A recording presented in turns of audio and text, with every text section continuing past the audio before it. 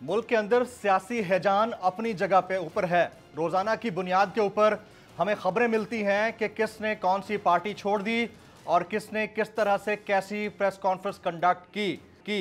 लेकिन तमाम तर अफरा तफरी के बीचों बीच एक बहुत ही अच्छी खबर, और वो ये कि आज यौम तकरीम शोहदाए पाकिस्तान मनाया गया। बड़ी अकीदत और एहतराम के साथ मनाया गया और पाकिस्तान के तूलो अर्ज में तकरीबन हर जगह के ऊपर तकरीबात मुनक्किद की गई।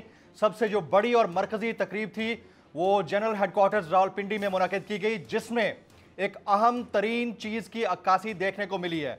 वो ये कि civil society, chief of army staff, साबिक चीफ ऑफ आर्मी स्टाफ, इसके अलावा और तमाम बड़ी बड़ी शख्सियात जो इससे पहले खाल खाल इस तरह की तकारीब में दिखाई देती थी, वो यौम तकरीम शोहदाए पाकिस्तान के मौके के ऊपर सब यकमुश्त यकजहत और पाकिस्तान की सलामती के लिए खड़े हुए दिखाई दिए।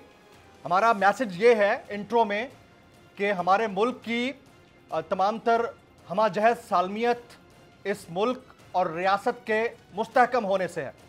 रियासत है तो सियासत है, रियासत है तो सियासतदान है, रियासत है तो आप और हम हैं, और रियासत है तो ही मुल्क के दीगर मामलात और ख़ारजी सतह के ऊपर जंगें जिनके मुख्तलिफ तरीके सामने आ चुके हैं वो लड़ने का हौसला आप और हम में होगा। तो ये खुश आइंद चीज़ है। लेकिन साथ साथ फिर वही सियासी धमाचौकड़ी, आज फिर प्रेस कॉन्फ्रेंसें हुई।